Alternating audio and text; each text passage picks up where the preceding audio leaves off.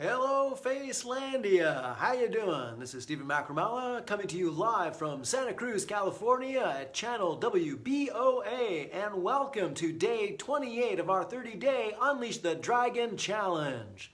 Hello, how you doing? Thanks for joining us. All right, so let's get started.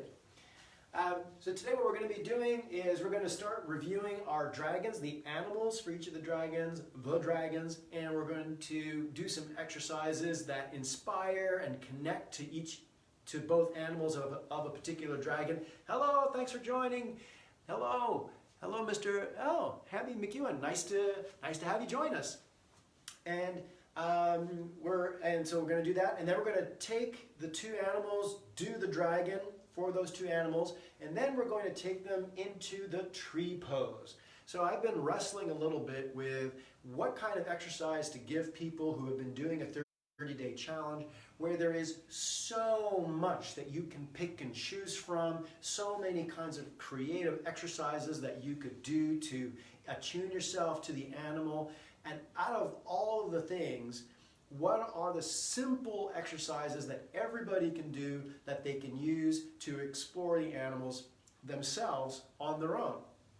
I'm not going anywhere, so you can always hit me up for a question on Facebook or email. And please feel free if you come across this challenge for the first time, or you've been through the whole challenge. You can always feel free to reach out and ask questions.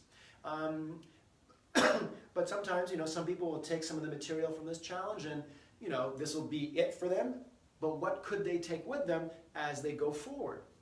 So one of the basic take-home exercises, besides the bows, so if you know the bows, you can do Qinlong.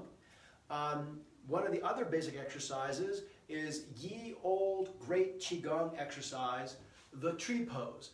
So where you have a postural kind of position that you assume, and you're paying attention to your breathing and moving energy and moving tension through your body as you hold the position. And the tree pose is a great little alchemy set, if you will, a little exercise in which you can allow all of the elements that you've been gathering to be combined and mixed up, explored, experimented with. It's a really good exercise.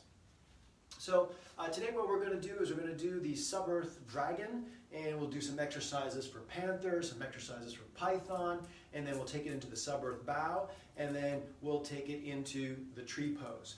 I'm not going to be covering too much theory, but there might be one or two points that I spontaneously make and elucidate and expand on. But this is going to be more about doing and experiencing. So let's get started. All right, so normally we start off with the shaking, so let's do the shaking. So starting off with the foot, so you've got a bag of bones in your foot, and you're rattling the bag of bones in front of your body, to the side, behind, relaxing, letting the vibration in your foot travel all the way through your body, loosening up any tension through it. Good. Shin bones, so you're shaking the shin bones, you're stirring a cauldron with your stirring stick of your shin bones. And in front of you, to the side, behind you, relaxing, don't try to make it too stressful. And then shaking the thigh, getting the meat shaken off of your bone. There we are. Good. And there we are. Good. And then other leg, shake, rattle, and roll. You're shaking the foot like it's a maraca full of little beans. And of course, those beans are your bones. So you're shaking loose the bones of your foot. Get some blood infused in there. And then the shin bone. Whee! There you are. And then shaking the meat off of your thigh bone. Up into the pelvis, and chubby checker, come on down, and shake, get the pelvis loose, relaxed, good, and then both legs, alternating one knee and the other, and letting that pulse as you alternate and bend one knee and then the other, let that pulse travel through your body. Let it loosen up with your neck, your chest, your sternum, your belly, the pelvis. Feel your lower back. Try not to arch in your lower back. Feel your sitting bones sit straight down. Feel your tailbone feel your tailbone drop like a plumb line as you do this. Good.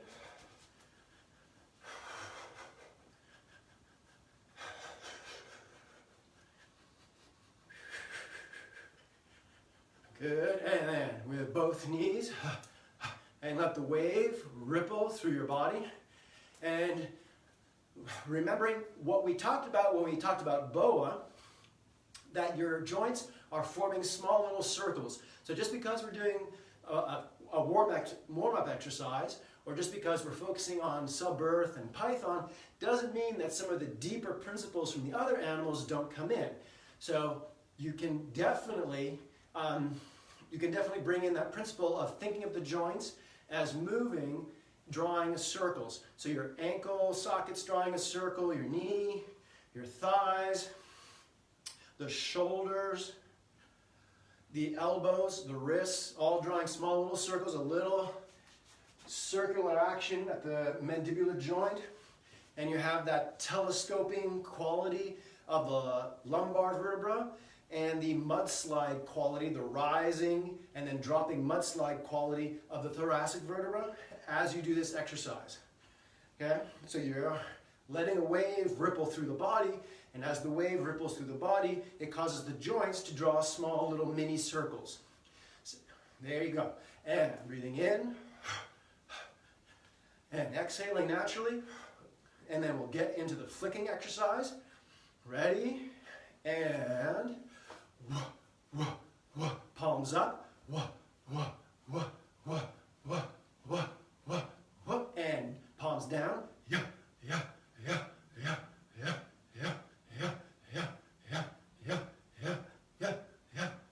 and palms up,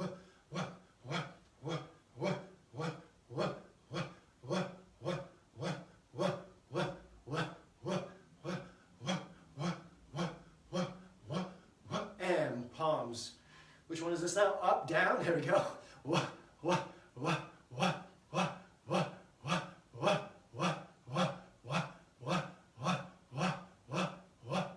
And palms up.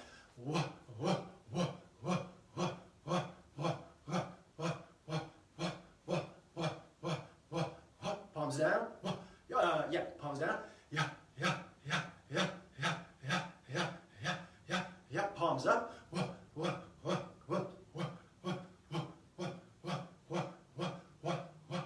Palms down.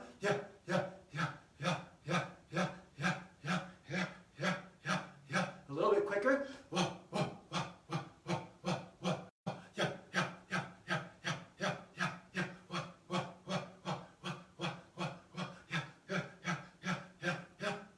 One more time.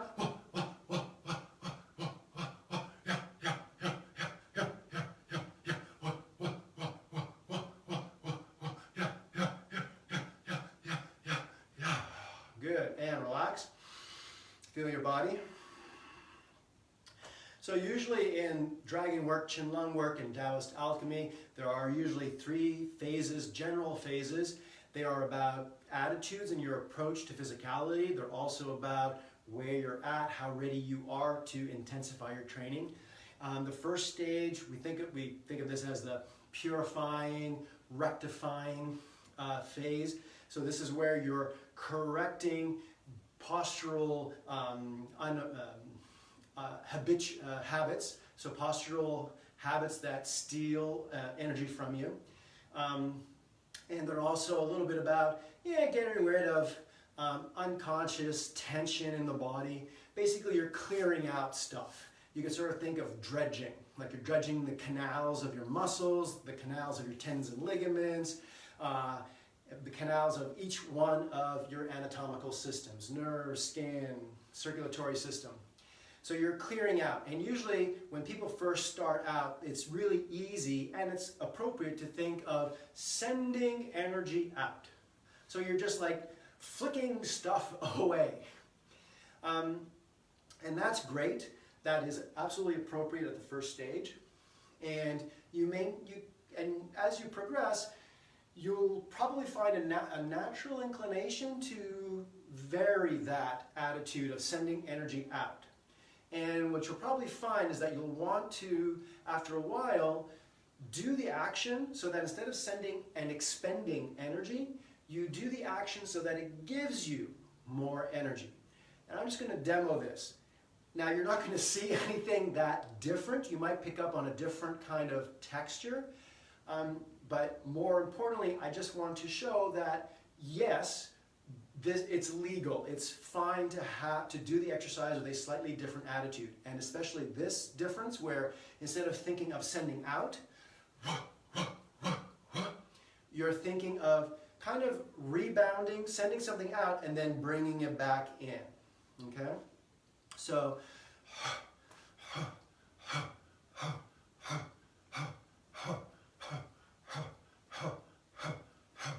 so this is me trying to give myself more energy by doing this exercise. And this is me, same action, but now I'm flicking the energy away.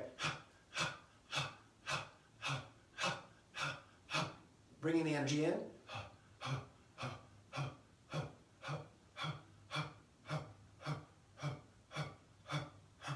And sending it out.